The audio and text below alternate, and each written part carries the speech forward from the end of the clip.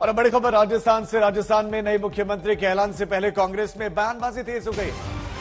गहलोत के मंत्री सुभाष गर्ग ने बड़ा बयान दिया और उन्होंने कहा है कि 2 साल पहले जिसने सरकार गिराने की कोशिश की उसे ही कमान सौंपने की तैयारी चल रही है।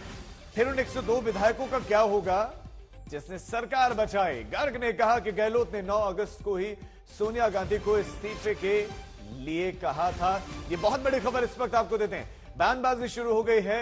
गहलोत सरकार में मंत्री सुभाष गर्ग ने बड़ा बयान दिया है और इशारा उनका सचिन पायलट की तरफ कि 2 साल पहले जिसने सरकार गिराने की कोशिश की उसी को कमान देने की तैयारी चल रही है।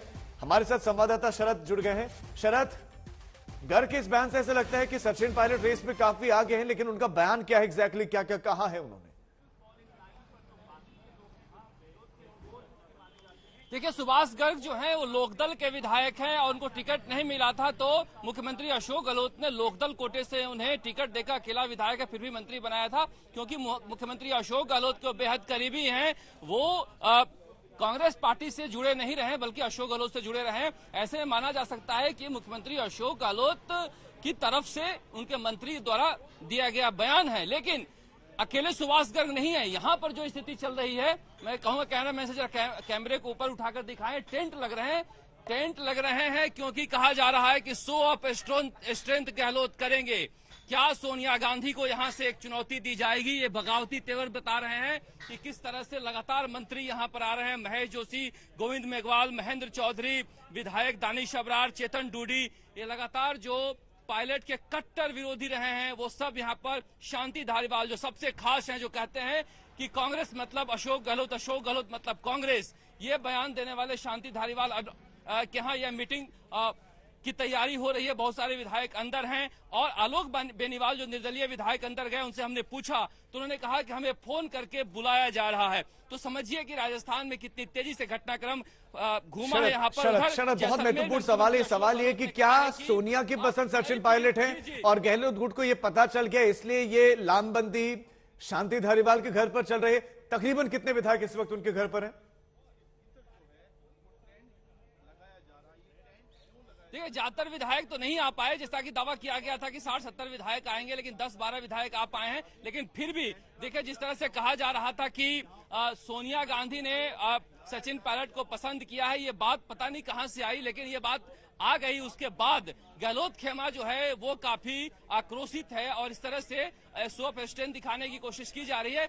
हालांकि ज्यादातर विधायक अभी भी कह रहे हैं कि हम कांग्रेस आला कमान के साथ हैं क्योंकि अगले साल चुनाव है, उन्हें टिकट की जरूरत है। मगर इस बीच अशोक गहलोत का बयान आया है कि मैं तो 9 अगस्त को ही सोनिया गांधी से कह दिया था कि मेरा इस्तीफा ले लीजिए और मैं नई पीढ़ी को कमान देना चाहता हूं। क्या उस नई पीढ़ी में सचिन पायलट है या नहीं, या नई पीढ़ी में कोई और नेता है? इसे लेकर भी एक नया यहाँ पर कयासों का बाजार गर्म हो गया है। लेकिन जिस तरह से अचानक से दोपहर बाद अब मुख्यमंत्री अशोक गहलोत आने ही वाले हैं जैसलमेर से, उसके पीछे से उनके जो तमाम सिपह सलार हैं जो लगातार सचिन पायलट पर हमला बोलते हैं, वो 10-12 ही हैं। लेकिन यहाँ पर जिस तरह से तैयारियां की जा रही है, ऐसा माना जा रहा है कि मल्लिकार्जुन खड़गे और अजय माकन के सामने गहलोत गुट चुनौती रखेगा और इसकी तैयारी की जा रही है कि कहीं शरद, जहां विधायक दल की बैठक की तैयारियां चल रही, तो मैं शांति धारीवाल के घर पर ये तैयारियां, इन तैयारियों के मायने क्या है? तैयारियां क्यों यहाँ पर हो रही हैं? दूसरा, क्या गहलोत भी यहाँ पहुंच सकते हैं?